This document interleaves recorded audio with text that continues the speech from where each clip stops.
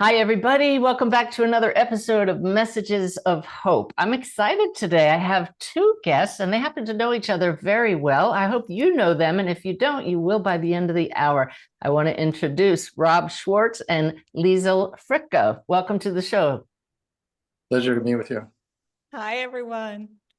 Well, I've met Rob in person. Oh, gosh, Rob, it was at least 11 years ago at an afterlife conference in Virginia Beach. We sat at a table next to each other a couple times, but I don't think I met Liesel at that time. Why don't you both, well, let's just tell everybody you're married, right? That's how you know each other.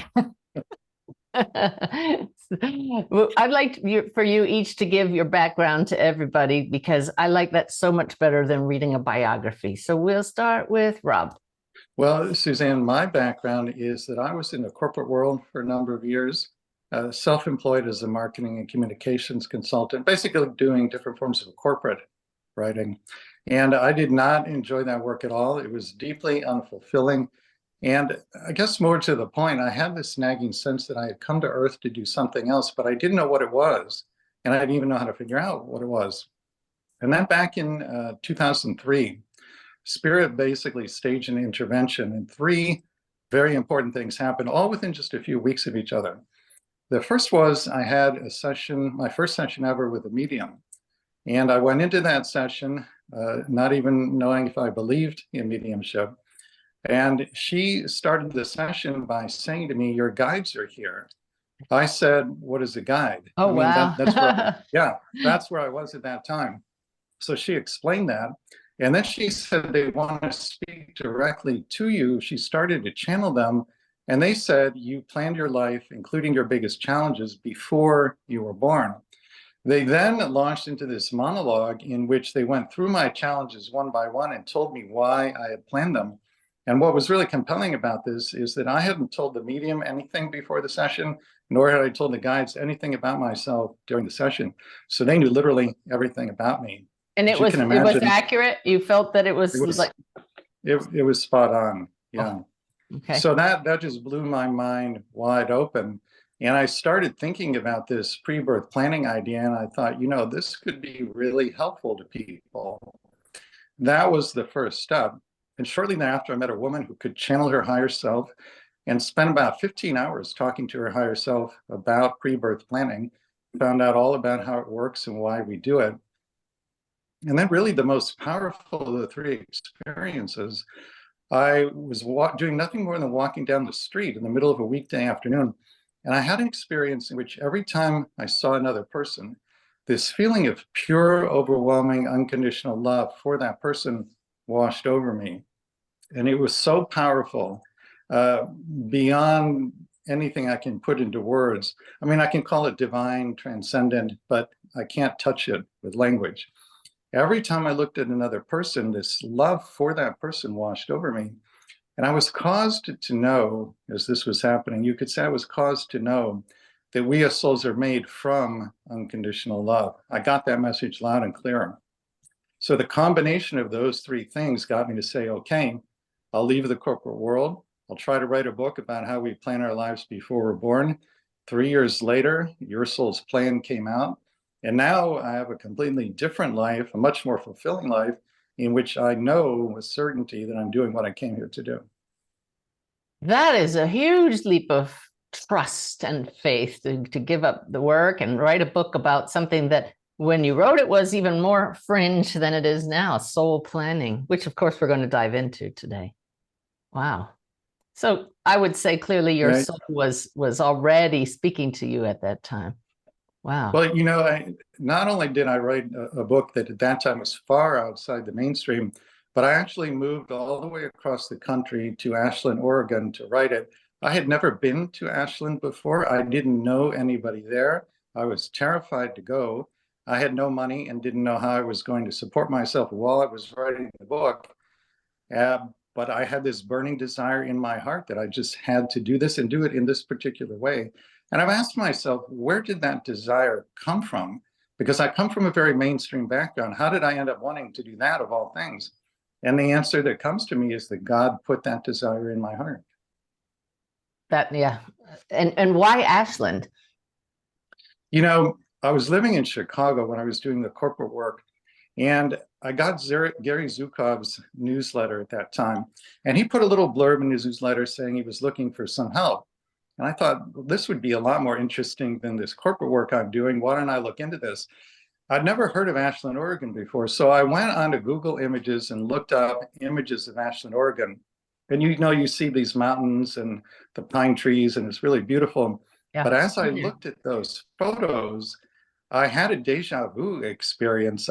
Even though I knew I'd never been there, I knew I was seeing those images again. I didn't understand at the time how that could be, but I understand now. Those were shown to me in my pre-birth planning. That's why Ashland looked familiar. Very cool. It's a beautiful place. Isn't that where Neil Donald Walsh lives? Neil lives there. James Twyman lives there. Gary Zhukov, of course, is there. And a number of Barbara Brennan lives there. A lot of different people. Yeah, must be a vortex. I think it is. Yeah. Okay. All right. So we're going to get back to you for sure. But now, Leisel, why don't you share your story with us? Sure. So, I always find it interesting that when Rob and I met, you would think, given the work that he does and the books that he's written, etc., that, oh yeah, it would make sense that he would meet a channel and fall in love and, they'd get married. But I was no such thing whatsoever. When the two of us met. Actually, I was doing art and jewelry at the time, and had at that time had really a lot of challenges with obsessive compulsive disorder. That has been my main teacher and pathway of evolution in this lifetime. And so, we met, we fell in love. Rob was doing the work that he did. That's why you didn't see me so many years ago, because we were not working together whatsoever. And as time went on, our relationship gave me a lot of motivation to heal around the OCD, to do the hard work. I worked with a therapist very intensively. And I also really used mindfulness and meditation and present moment awareness. And I found I would have these kind of like breakthrough experiences. I would have these, what I would call energy rushes, where I would get really deep and I would get really present, even with the anxiety and the crazy thoughts and all of that. And it's like the peace, the joy of being, that one field of love and light would just kind of like drop in momentarily. It would only last for a few seconds. And as time went on, that was really helpful. That kind of like gave me these little tastes of something to live for, basically, because it was really hellacious, the internal world that I was in.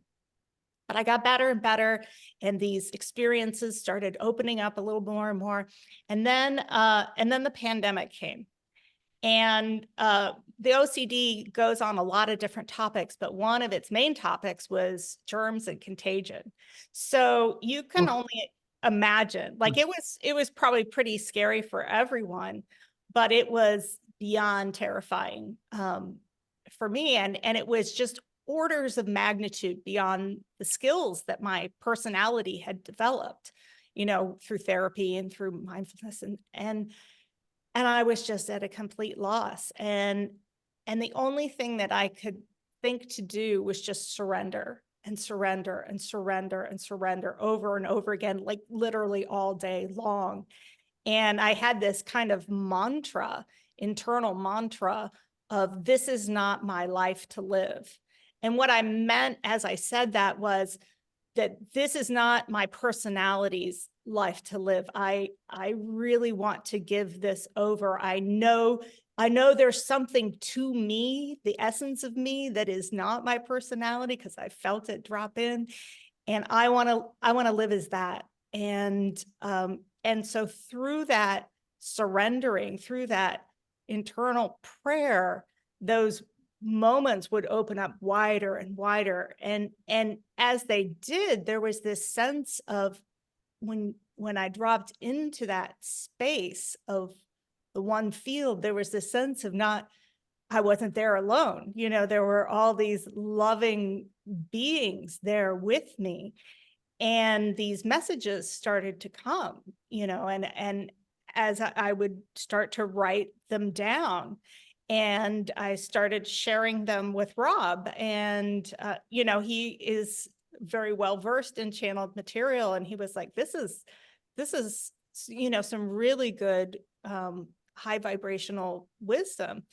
And so he finally convinced me to, you know, allow them to like go into the newsletter and different things. I was pretty, my personality was pretty like, I don't know, you know, I was very happy with my very small, sense of life.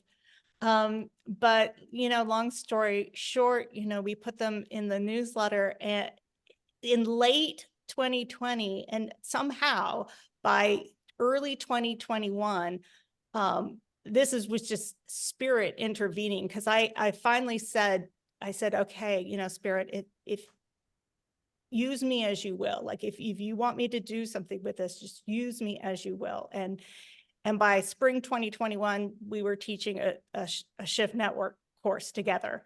And that was my first time teaching in any capacity as a spiritual teacher. Wow. Wow. But I know, Rob, what you were talking about when you said to her, this is high vibration channel material. You can tell, can't you? There's a knowing, there's a feel. It's the vibration that's held there in addition to what our brain reads. Right. Yeah, you can tell it's very clear. And, you know, by that time I had looked at so much channeled material for my books and just in my own personal life. So I felt that I could spot it when I saw it. And I knew that it would resonate with our audience and bring a lot of wisdom and healing and inspiration to them. I'm glad that Liesel allowed herself to be talked into sharing them with the public.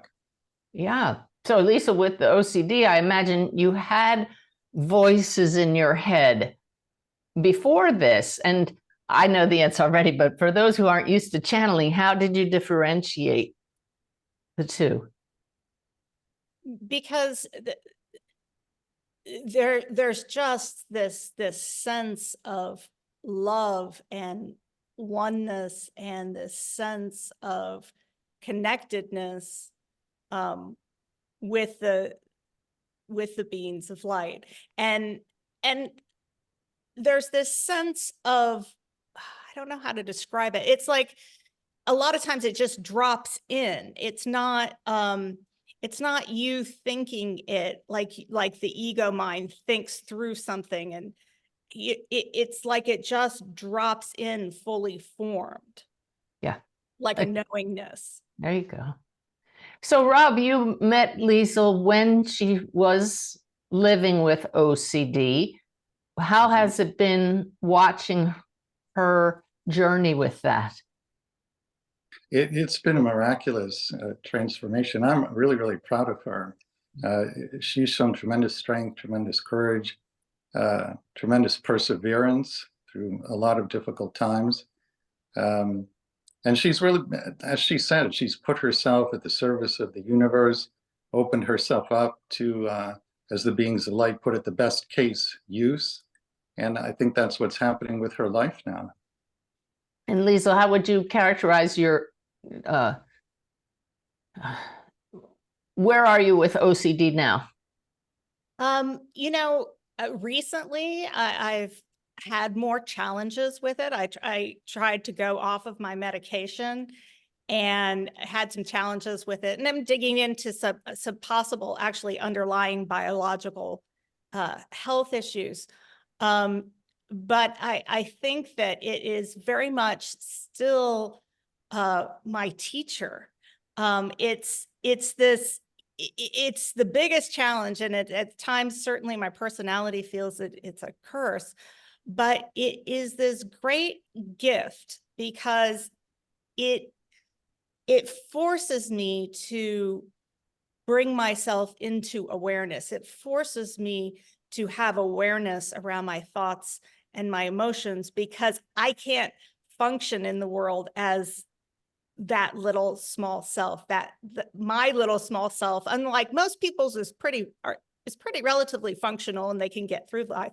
Mine is not very functional. So it forces me to practice being mindful, which I think ultimately is a wonderful thing, because we're all here to, I feel, to wake up to the fact that we aren't that little small self personality that has been conditioned through our lifetime. We are something, much deeper and greater. We are that one field of pure consciousness. Beautifully said, and what an attitude. So I honor your courage in sharing who you are, where you are now, that who you are in the story, and the acknowledgement of who you really are well beyond the story. That's the relief valve, isn't it? Right there. So Rob, this original channel, why did you go to a medium in the first place, just out of the blue? It was really over the career crisis, or you could call it an existential crisis. I knew that I could not continue doing this corporate work. I knew that that was not what I had come to Earth to do, but I just didn't know what else to do. And I thought, well, nothing else is working. I had talked to all my friends and family, and I said, I'm very unhappy doing this corporate work. What do you think I should do with my life? That, by the way, is not a good question to ever ask another person. So about half the people I asked said, I don't know, and they just literally shrugged their shoulders. The other half told me to do whatever they were doing for a living, and neither of those responses was the least bit helpful. And I did the Myers-Briggs, and that was interesting, but it didn't tell me what to do. And so I thought, let's see what comes up in a session with the medium. I had no idea what was going to happen, and it ended up changing my whole life. Boy, I'll say. So yeah. You've just briefly mentioned your first book, Your Soul's Plan, which I've read cover to cover years ago, but you have more since then, more on the same topic? Yeah, they're all about pre-birth planning. The second book is Your Soul's Gift. And the new one that came out a couple of years ago is Your Soul's Love. That book is specifically about the pre-birth planning of challenges in romantic relationships. So what I do in all three books, I take a very common life challenge. It's all the most common things we face here in the Earth School. And then I interview somebody who has experienced that. Then we have 1, 2, maybe 3 sessions with mediums and channels. We ask Spirit, did this person plan this challenge before birth? And if so, why? And then I present all the information that came forward. So the intention is to give meaning to suffering that to many people appears not to have any deeper meaning. And once you know that, it pulls you out of victim consciousness. And if you can then take it another step and find out why you plan the challenge, then you can learn those lessons in a much more conscious and much less painful manner. Well, this is just wonderful that I can give you a testament to your work right here. That just last week you had reached out to share with me that you both are offering another course with the Shift Network coming up soon. We'll talk about that in a little bit here. But right at the same time, and I hadn't heard from either one of you in quite a while, my wonderful assistant, Bev, I have her on the phone and she says, Suzanne, I'm feeling so much better today. And I said, why is that, Bev? And she said, well, I've been carrying around a lot of feelings like I wasted a lot of years of my life over this issue I've been dealing with. And I just happened to be reading Rob Schwartz's work about soul planning. And it was like a light bulb went off. And she said, I planned this. This is a gift for me. And it's just like right out of the blue, I could see and feel that she found a reason for that and saw, just like Leisel saw with her own situation, that it was a gift. So I honor you for helping our Bev in that, but I'm sure that many tens of thousands of people have been helped by your work. But you said something that caught my attention there. You asked the mediums, did they plan this before birth? How often do you get no's to those issues? No, they didn't plan this before. Yeah, very rarely, but there was another question I often asked, which was, what percentage of the time is this particular challenge planned before birth? And there was variability in the answer depending upon what the challenge was, but on average, it came out somewhere around 70%. So that still leaves a significant 30% that is unplanned. Now, when I say planned and unplanned, I don't mean planned or unplanned with certainty. I mean that plans are set up as probabilities. There are some things that are certainties, for example, your choice of parents, or if you choose to be born with a medical handicap. Those kinds of things are written in stone. Once they happen, you can't change them. But most of the time when we're talking about planning something, it's set up as a probability, a possibility, varying degrees of likelihood. It's just fascinating. Yeah. I will admit to you, when I first started out as a medium, I was so trained in evidence that I had to have, things I couldn't possibly know as a medium when I sat with clients. And reading your book, many of the things the medium said, I was like, well, where's the evidence? They could just be making up these things. What I hear from you is when you had that first session, the medium just nailed who you are and what your issues were. Is that always the case with you, that they were just so accurate about what the people were dealing with? But you were telling them what the issue was in advance, right? Or not? No, I didn't tell them anything in advance. Okay. At this point in my work, I've had many sessions with many mediums and channels, and they're very rarely like that one. There are some that are better than others, but there are some that were complete misses. They have wildly different degrees of accuracy. The ones I put in my book, those are the mediums I have the most confidence in. Those are the ones I have personal sessions with where they were spot on in regard to me. So I vetted them ahead of time. Okay, great. Liesel, talk to me about soul planning with your personality this lifetime here. How has it helped you, and what came up that, if you could share anything? I'm sure you've had sessions, right? Yeah, absolutely. I think for me, again, what I planned for this lifetime is to evolve through this challenge of the OCD. And I'm not sure that it was a really high probability that I would get to where I'm at now with the OCD. I get the sense that was what we're doing now as a couple, that was actually not a super likely event. You mean the teaching and sharing with others? Yeah, honestly, that the feedback I have gotten is that when I planned this lifetime, it was kind of thought like, okay, you're taking on a lot by doing this, and there was a reasonable chance that I actually might take my own life. Quite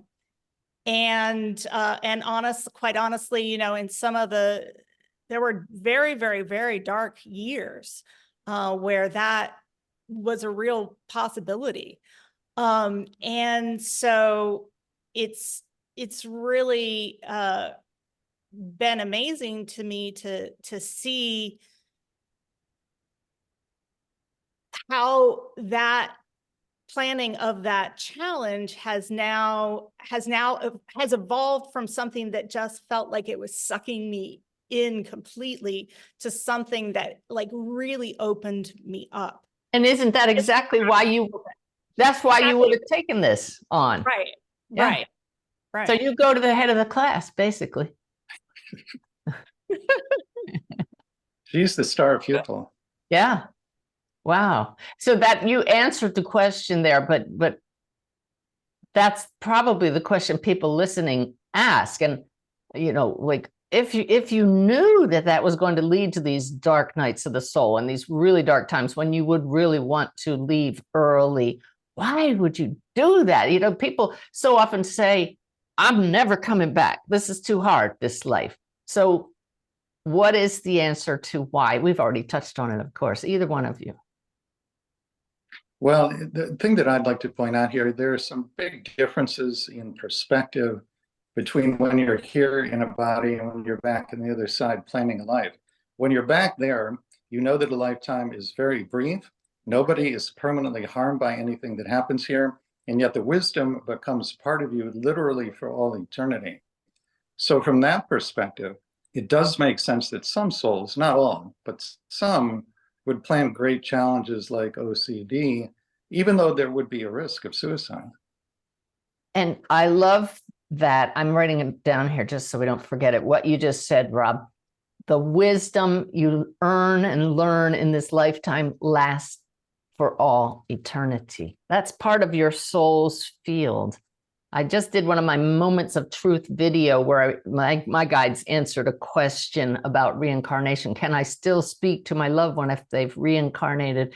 And I hope you have also found out from your guides that we're so much more than this one lifetime. The soul it has limitless opportunities to grow beyond one story of Liesel and Rob and Suzanne and everybody who's listening.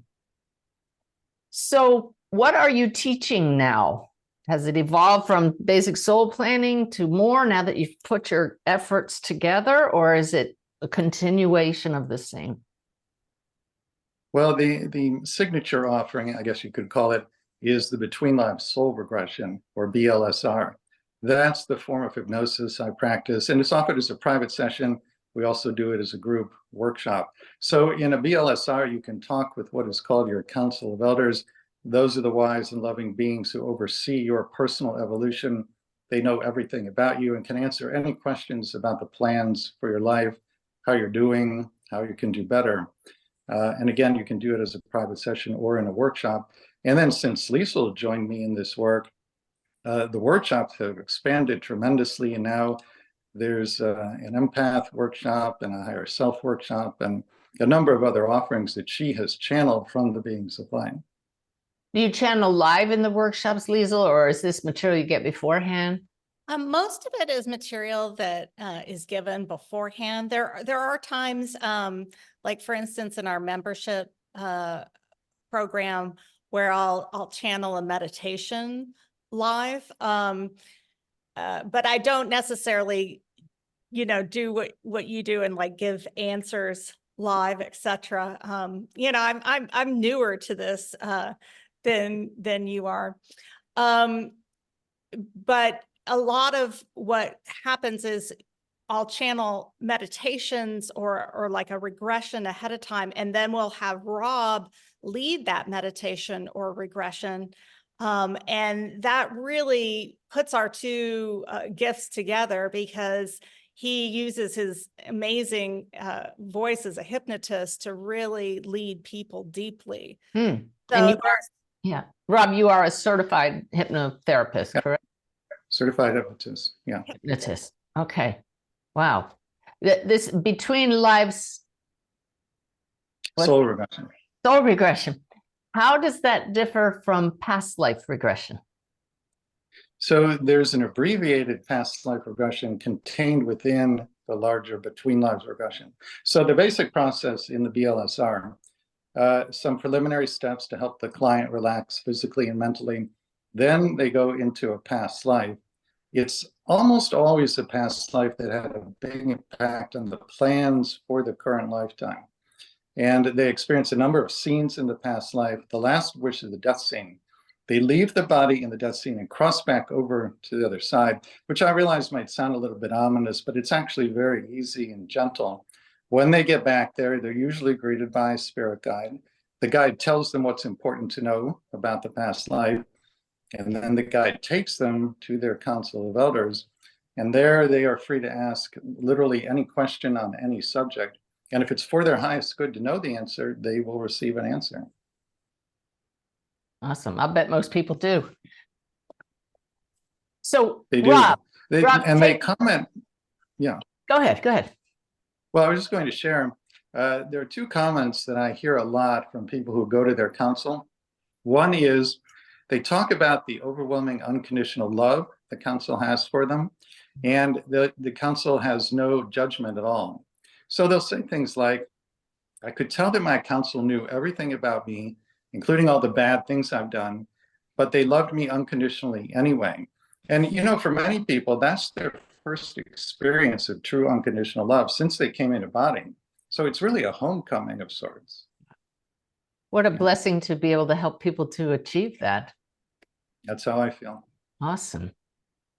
So take us to your soul planning session, Rob, getting a little personal here. What did that look like? So my challenge in this lifetime is that I grew up in a very dysfunctional household. My mother has significant mental health issues and was very abusive to me. Oh, sorry. So my understanding of our pre-birth plan is that some of this is a karmic balancing between her and me, having to do with past lives we had with each other, where we kind of made a mess of things. But a lot of this was to set up the work that I'm now doing in this lifetime.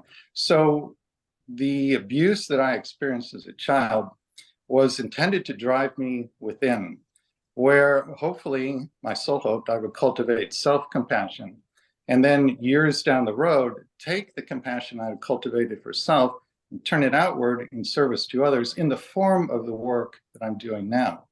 So as difficult as those experiences with her were, I doubt that I would be doing what I'm doing now if those had not taken place.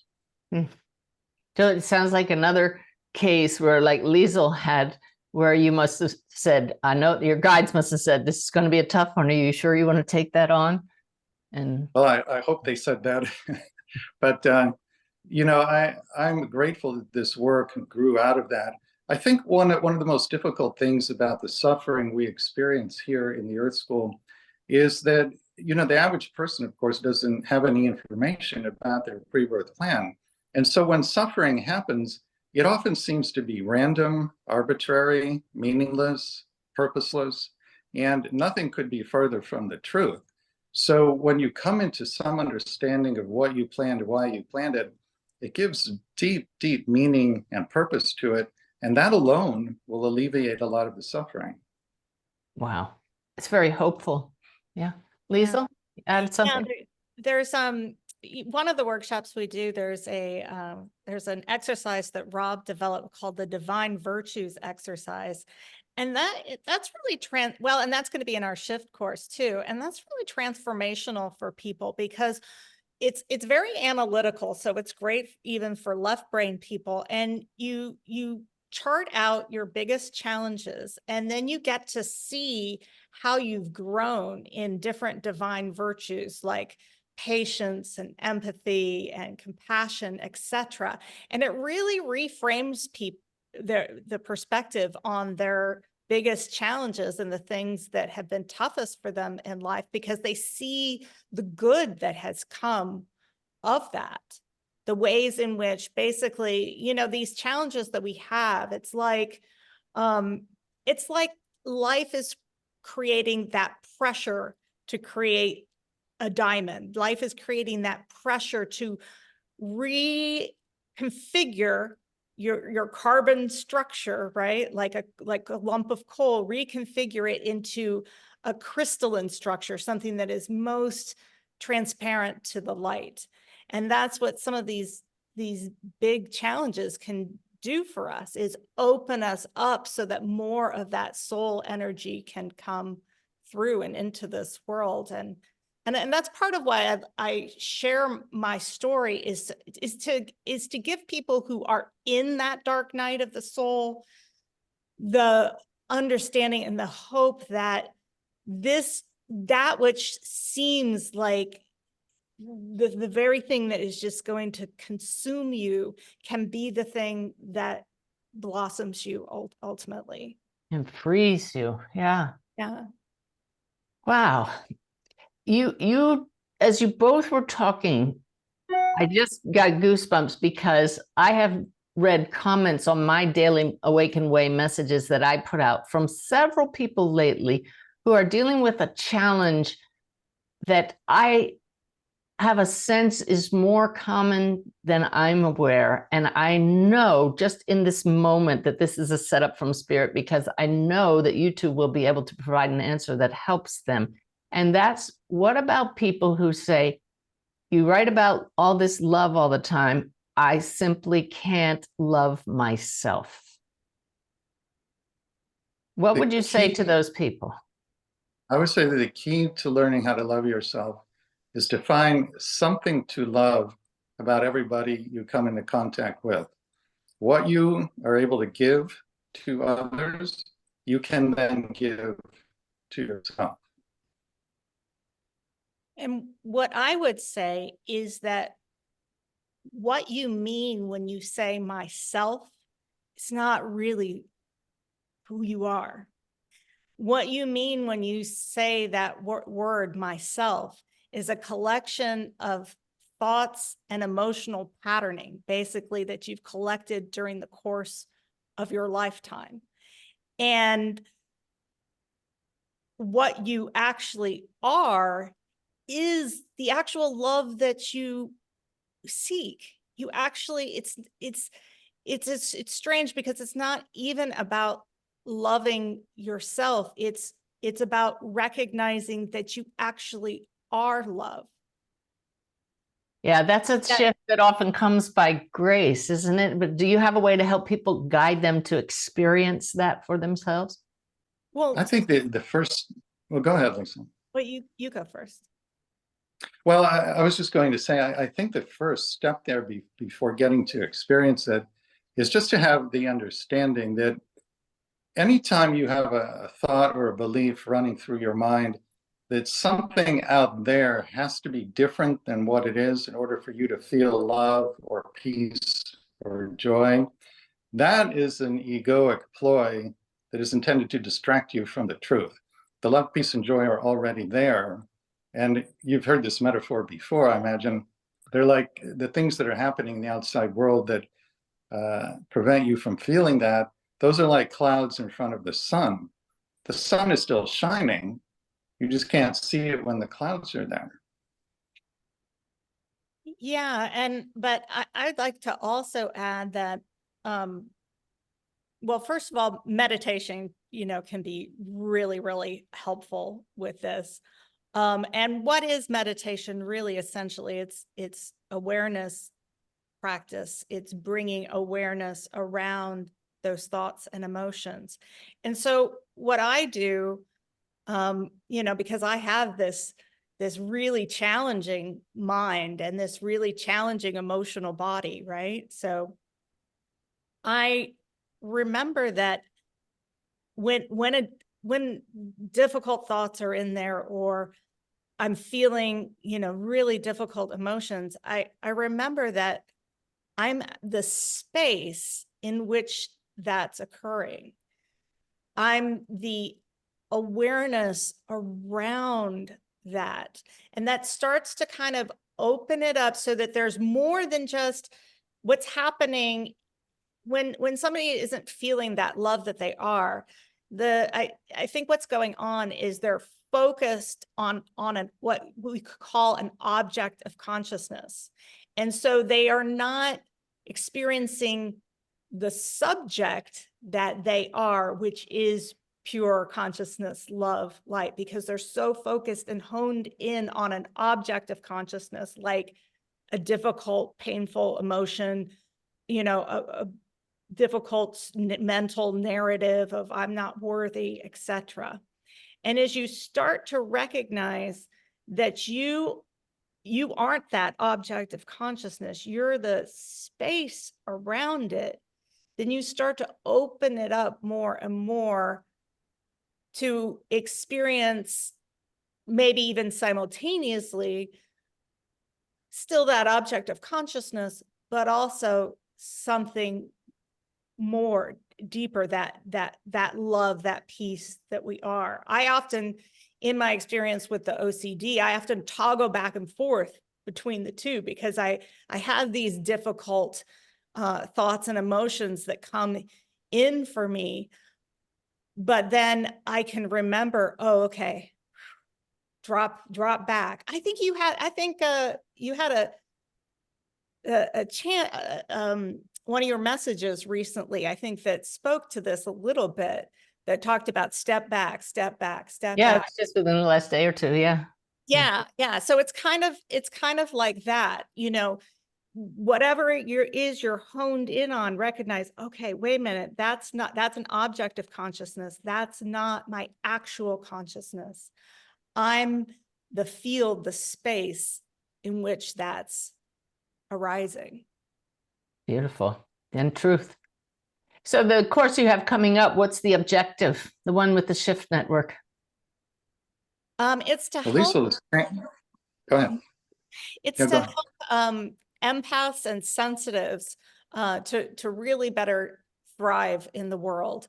I think one of the challenges that that I've dealt with all my life is that I've just been a really, really strong empath. Like, I mean, I pick up everything, you know, and that was really challenging for me through a lot of my life. And I've learned, and with the help of the beings of light, gotten some really good tools to navigate life in a much better way as an empath. And so what we're going to learn in this course is basically how to recognize that empathy is essentially, and sensitivity is essentially, it's an attunement. It's an attunement to the energy that's out there. But the challenge is that you've only been attuning on this one level. So it's kind of like if you were a radio, and you had the setting only on this one station, and this one station played, you know, really heavy metal rock music, you would come to feel like, oh, I just hate being a radio. But the challenge is that's the fact that you're a radio means that you have this gift of attunement, this ability to kind of merge in with energy fields and with others. And also in this direction with source, with spirit, with your spirit guides. And so what we're learning to do is learn that, oh, I can shift that dial. I can tune into other frequencies. And I can learn how to use this superpower so that it's for my benefit. And Yeah, that sounds like my world. Always trying to tune that radio. What do you bring to that teaching, Rob? Well, one of the things I'll be teaching in the Empath and Sensitive course is a whole module on the divine virtues. So to go a little bit more into that, you know, when I did the channeling sessions for my books, we actually went into people's pre-birth planning sessions, and I had the extraordinary opportunity to hear the conversations they were having when they planned their challenges. And a lot of the time, they were talking about a desire to cultivate virtues, qualities that are important to the soul. Leisel mentioned some of them: compassion, unconditional love, patience, empathy, and so forth. The average person is working on 2 or 3, sometimes 4 or 5. So we will go through the whole exercise, and people will gain insight into which virtues they're working on, particularly in regard to the challenge of being an empath or a sensitive. So if you aren't quite sure why you chose to be an empath or a sensitive, you can find out specifically in that module. I think I'm going to need to ask them to get me into that course. You know, as faculty, we can watch any of the courses we want. So I'm going to specifically do that module. I can definitely tell you patience is one of mine, that the virtue I came here to work on. I'm getting better, definitely getting better. My guide said I'm getting an A, so that's good, but I wasn't for a long time. Yeah. Well, and one of the things I think that is really beneficial about the course is there's a lot of these channeled meditations, and one channeled regression in there. And these are, I think that people really, they can be great springboards for people who maybe have challenges experiencing the love that they are, to have that actual experience, to have something experiential where you're drawn into, basically you're drawn upward into a higher consciousness state. And I think that's one of the things that that can be really, really beautiful, is when you can give somebody a tool to have that experience. You know, it's one thing to have an intellectual understanding of, yes, I know we're supposed to all be love and light, etc. But it does something else when somebody can actually start to have that as an experience of a state of consciousness. No doubt. Well, we will, for those of you who are watching on YouTube, we'll put in the description links to your website where they can find out more information about you and about your books, and then the course. If you're interested in this course with the Shift Network, there will be a link there. But for those who can or can't take the course, let's come back to the issue we started with soul planning, because I don't want to forget that you had mentioned offline to me that there would be 5 main reasons people plan challenges. We've touched on, I could think of a couple right now if you were to test me on what we've covered this hour, a couple, but I can't think of 5. So I'd love if you all would review those with us. So the 5 main reasons for planning challenges are balancing and releasing karma. Let's take these slowly. Take these slowly and dive in to each one, if you would, for just a little. Balancing. Okay. Balancing, releasing karma. Now, those are not the same thing. Balancing karma means you plan to have a new experience that energetically offsets a previous experience. Releasing karma means you heal the underlying tendency that created the karma in the first place. So the example I like to use, imagine that 2 people had a past life together in which one was ill and the other was the caregiver. When they transition back to the other side and have their life review, as we all do, they'll see the caregiving relationship portrayed in the life review. Maybe they feel complete with that, maybe they don't. If they don't feel complete with it, as I understand it, the feeling of incompletion is the karma. And if they feel that way, how will they balance it? Most likely they're going to trade places. So now the one who was ill plans to be a caregiver, the one who was the caregiver plans to have an illness. That just, it makes so much sense, but it also feels right. Because some people say, I wouldn't have signed up for this, but actually when you see what it leads to and the opportunities to love and grow, it's just, it's clear. So that's one, balancing and releasing karma. Releasing would mean, okay, this lifetime did balance it out. You've now both had a chance, right? So Releasing refers to healing the tendency that created the karma. So let's say that somebody was just an angry person in a past life, and they express their anger inappropriately toward others. They will see that in the life review, and they'll set up some kind of life plan that's intended to release the karma, which means healing the underlying anger. And that I'd like to know more about that. So yeah. Well, that actually leads directly into the second reason for planning life challenges, which is healing. So the example I'd like to share in my first book, Your Soul's Plan, there's a story about somebody who plans to be born completely deaf. And we go into her pre-birth planning session. We hear the conversation she has with her guide when she plans the deafness. And we find out that in the past life, immediately previous to this one, she had the same mother she has now.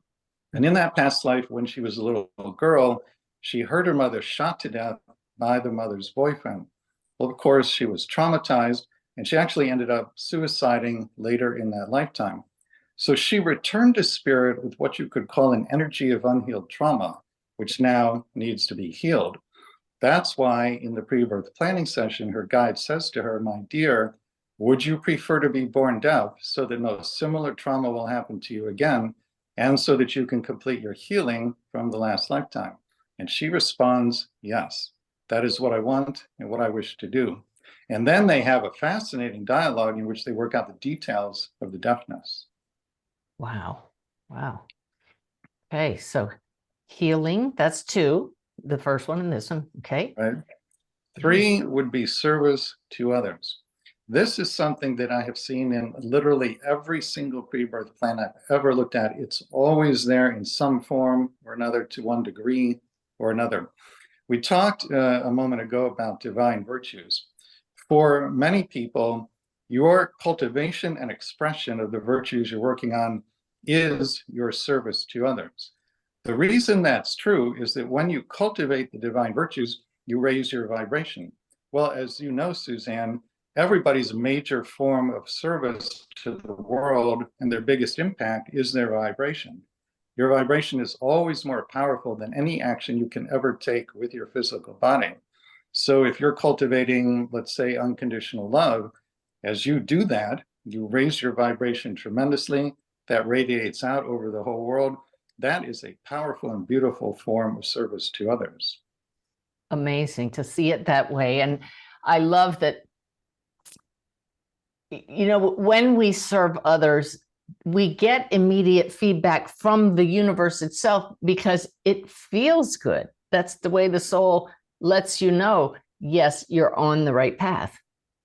You're honoring. Yeah, that's exactly right. And that's why, you know, what I learned in my spiritually transformative experience, that we as souls are made from the energy of unconditional love. That's why it feels good, because you are love. And when you express what you are, that just feels good. And before you move on to number 4 and number 5, I just want to acknowledge also that was a huge point you've made that I don't think I've ever heard anybody else say, that what you are radiating to the world is your service to the world. So many people feel they have to give up the corporate job and go do something that's going to change the world. And what I hear you saying is you don't. Just turn up your light, be the presence of love, and that's your service. That is something that Spirit has said to me again and again and again in the channelings for my books. Your vibration is your most powerful form of service to the world. Your life plans might or might not have something in them about, you know, moving somewhere and writing a book, for example. But even if all you're going to do is meditate in a cave, if you raise your vibration and radiate out that high vibration, that affects the entire world. Absolutely. I've heard that, Leisel. You've probably heard it in your channeling as well. My guides have given me the image of a light next to other light bulbs. And the more yours turns up, the overall brightness turns up. So we really are raising the whole, as much light as humanity can bring into this world. Yeah. There's a channeling, the Beings of Light have given called Be the Love and Light. And they talk about that basically it's actually, in a way, it's inconsequential whether you do actions or other people who are buoyed by your vibrational field are the ones doing the action in the world. So you can be very much a vibration holder in the world. And because we are all one, you are actually affecting action because your vibration is helping to hold the field in which other people who are bent towards action can act in that high vibrational field. So sort of Spirit will let you know, basically, are you meant to be this frequency holder? Are you meant to take action in the world? And you might move back and forth between those two things, but the underlying vibration in any action you do, that's what's really important. Motive is everything. Okay. And Rob, number 4. Number 4 is experiencing contrast, by which I mean experiencing not love. So we are made from the energy of unconditional love. The other side is, as I understand it, very much as it's classically portrayed, it's a realm of unconditional love. So if we are made from unconditional love and we're in a realm of unconditional love, that means we experience no contrast to ourselves, which in turn means we don't fully understand or appreciate who or what we are. We don't understand what it means to be a soul made from unconditional love. So you come here to Earth, your plans include the intention to experience what we could call not love, which we would all agree there's a lot of, because through that experience, by the time you go home at the end of a lifetime, you understand much more deeply what unconditional love is, which is another way of saying you now have a much more profound self-knowing. Okay. So the 4th reason we plan challenges on purpose to learn through the contrast. Wow. Yeah. It sounds perverse, but it absolutely is meaningful. And the 5th reason, oh, Liesel? Well, I was going to say another way that the way the Beings of Light put this is we come here to experience the infinite stretchability of the love that you are. So it's sort of like a rubber band, right? That is infinitely elastic. And so we stretch into these places of the not love to see, like, is it possible to actually not to truly not be love. And what we find is we always bounce back to the fact that we are love. We actually can't ever really be not love, but we're here sort of testing that. So I love that. Beautiful new analogy. I love analogies. They're so helpful for these concepts that our soul knows, but our human side has to wrap its head around. That's fantastic. I like your beings of light. Can I give you another? Yeah, Can I sure. give you another analogy for? Please. Yeah. So for contrast, if you want to know yourself as unconditional love or as the light, one thing you could plan to do in a lifetime would be to get a candle, take it outside at noon on a completely sunny day, and look at the flame. That gives you a certain understanding of candlelight. But another thing you could do would be to get a candle, take it outside on a pitch black night at midnight, light the candle, look at the flame. Well, now you've got a whole different, and I would argue a much deeper and richer understanding of what the candlelight is. That's essentially what we're doing by experiencing not love. Very good. Okay. And the fifth reason we would plan challenges on purpose at the soul level before coming here? That is healing or correcting false beliefs or false feelings about oneself. So the way this one works is that almost everybody has had at least one past life, and usually many, in which certain things happened that caused you to pick up a false feeling or false belief about yourself. Two of the most common are that one is powerless and one is unworthy or perhaps even worthless. If you feel or believe yourself to be powerless, unworthy, or worthless, to your soul that feels discordant. Your soul knows that that is not true. And your soul wants you to clear the false feeling or false belief. So how is that done? Well, in the physical realm where we are, you will end up drawing to yourself experiences that seem on the surface to confirm the false belief or false feeling. The world is set up to mirror you back to you, so that you can find out what lies within your consciousness, even if it's subconscious. And if there's something there that's false or discordant, then you can bring it to the light of conscious awareness where you can set about healing it. It sounds harsh. That's not the intention, though. The intention is healing. Beautiful. Wow. A lot to contemplate. I like that word better than think about, because if we think, we miss out on what we're feeling. But I thank you both for coming on the show and giving us a lot to ponder, to take into meditation, perhaps, and sit with. So any parting words before we end this broadcast? Well, the message I would like to leave people with, as I understand it, there were many, many more souls who wanted to incarnate at this pivotal time in evolution than available bodies. And in order to be here, you were specifically chosen over some others because you have something specific to offer the ascension process. So, there are so many people in the world who feel weak or powerless, insignificant, helpless. Actually, nothing could be further from the truth. If you're in a body on planet Earth for an ascension lifetime, which is what this is, you were chosen because you have something in particular to offer humanity and Gaia to facilitate the ascension. So be proud of yourself, honor yourself and everybody else for having the courage and the abilities that are required to make this leap in evolution. Wow. Now, Liesel, you may have wanted to answer something different, but I know there were a bunch of people that just went, wait, ascension? So I know since you two teach together, live together, you can address that one. What is he talking about in ascension lifetime? Oh, well, I will say this. I'm not known for my succinctness. So if you want a little quick primer on ascension, I'm going to turn it back over to Rob.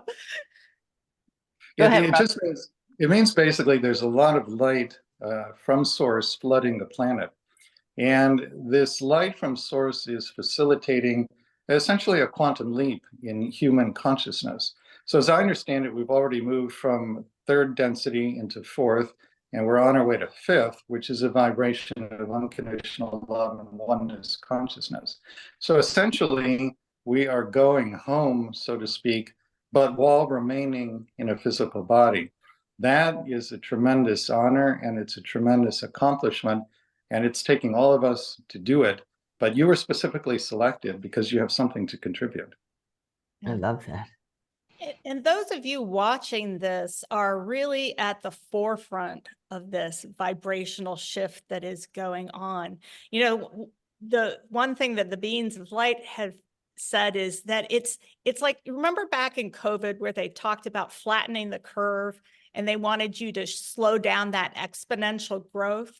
Yeah. Well, here we're doing the opposite. We're like steepening the curve, and everything that you do, and I'm getting chills kind of as I say this, Got them too. if you do that increases the vibration, is having exponential effects because it's happening early on in this exponential growth curve. So there is no small shift that you can make. Even the most incremental shift towards love is going to ripple out and have like monumental effects. Wow. Well, I hope that this 1 hour together will have a monumental effect on those who heard it, those who are watching it. Everybody, how hopeful is that? That all you have to go out there and do is just be the presence of love, and you are in service to those around you, to yourself, to all of humanity. Thank you both for being on the show. It's very, very helpful, very informative. Thank you so much. It's a pleasure. And thank you for the beautiful work you're doing in the world as well. Really appreciate it. All about service, right? All right. Well, thank you, everybody. That's right. Back here every Sunday with more guests, more information for you. We love that you're part of this community because together we really do make a difference. Have a great week. Before you run off, can I have a second of your time and share with you the great news that just today we announced that my new book, The Awakened Way, Making the Shift to a Divinely Guided Life, is now available online for pre-order. In the first day that we announced this, it achieved #1 new bestseller status on Amazon.com.